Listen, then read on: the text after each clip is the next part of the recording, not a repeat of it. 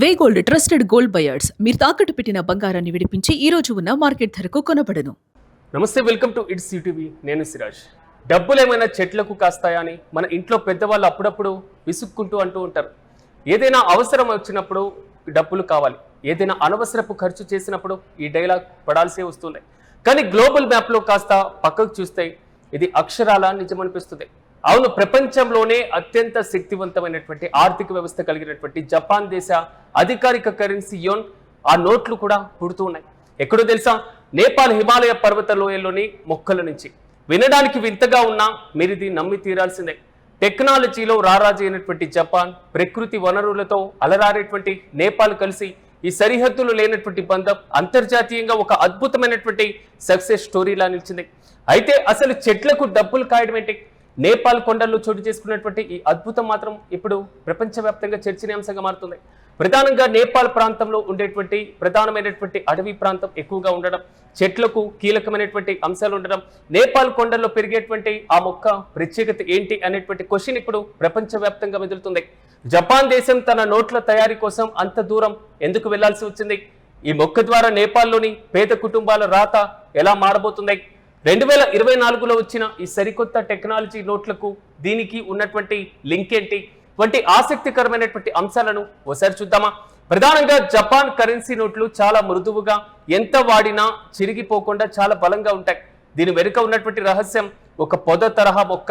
దీన్ని జపనీస్ భాషలో మిస్సు మాత అని పిలిస్తే, నేపాల్లో స్థానిక ప్రజలు అర్గేలి అనేటువంటి పదంతో పిలుస్తారు. ఇది శాస్త్రీయ నామం ఎడ్జ్వర్తియా క్రిషాంత. అయితే ఈ మొక్క కొమ్మల నుంచి తీసేటువంటి నార చాలా గట్టిగా మన్నికగా ఉంటుంది.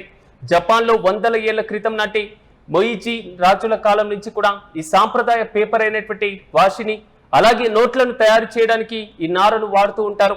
ఒకప్పుడు ఈ మొక్కలను జపాన్ స్వయంగా తన దేశంలోనే పండించుకునేది. కానీ కాలం మారింది.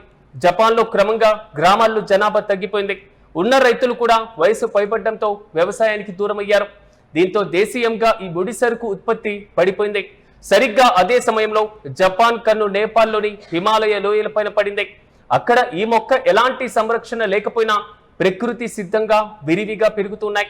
అలా జపాన్ ఆర్థిక వ్యవస్థకు నేపాల్ కొండలు ఒక ఊపిరిలా మారాయి. ప్రధానంగా ఈ వినూత్న ప్రయోగానికి ఈనాటిది కాదు, దాదాపు 3 దశాబ్దాల క్రితమే పునాది పడింది.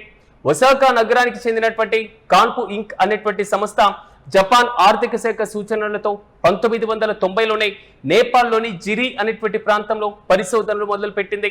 అక్కడ పెరుగుతున్నటువంటి మొక్కల నాణ్యతను చూసి జపాన్ ప్రతినిధులు ఫిదా అయిపోయారు. ప్రపంచంలోనే అత్యుత్తమ నాణ్యత కలిగినటువంటి మిస్సు మాతా మొక్కలు నేపాల్లోనే పెరుగుతాయని ఆ సంస్థ ప్రెసిడెంట్ తాదాషి మస్సుబారా స్వయంగా ప్రకటించారు.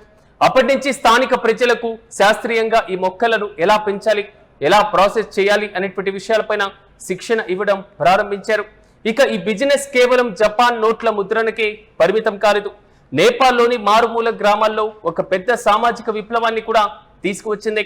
ఈ మొక్కల కొమ్మలను సేకరించడం, వాటిని ఆవిరిపైన ఉడికించి పై బెరడును జాగ్రత్తగా వలిచి ఎండబెట్టడం, ఇదంతా కూడా ఒక అద్భుతమైనటువంటి కళ. దీనికి భారీ మిషన్లు కానీ పెద్దగా చదువు కానీ అవసరం లేదు. కేవలం చేతుల నైపుణ్యం ఉంటే చాలు. దీంతో కొండ ప్రాంతాల్లోనే మహిళలు తమ ఇంటి పనులన్నీ చేసుకుంటూనే ఈ పని ద్వారా నెలకు మంచి ఆదాయాన్ని కూడా సంపాదిస్తున్నారు.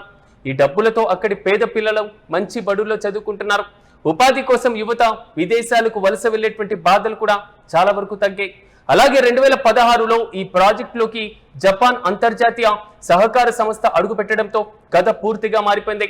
జికా సంస్థ నేపాల్ ప్రభుత్వంతో మాట్లాడి రైతులకు లైసెన్సులు రావడం సులభం చేసింది.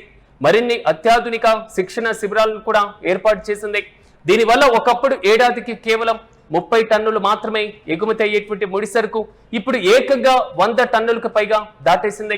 ఇక 2024లో జపాన్ ప్రభుత్వం ప్రపంచంలోనే అత్యంత సురక్షితమైనటువంటి హోలోగ్రామ్ ఫీచర్లతో విడుదల చేసిన సరికొత్త సిరీస్ కరెన్సీ నోట్లతో కూడా ఈ నేపాల్ మిస్సు మాతా నారనే ఉపయోగించడం ఇక్కడ విశేషం. ప్రధానంగా ఇక పైన త్వరలో జపాన్ నేపాల్ దేశాల మధ్య దౌత్య సంబంధాలు ఏర్పడి 70 ఏళ్లు పూర్తి కాబోతున్నాయి. ఈ తరుణంలో ఈ డబ్బుల నోట్ల మొక్కలు ప్రాజెక్ట్ ఒక అద్భుతమైనటువంటి ఉదాహరణగా నిలుస్తుంది.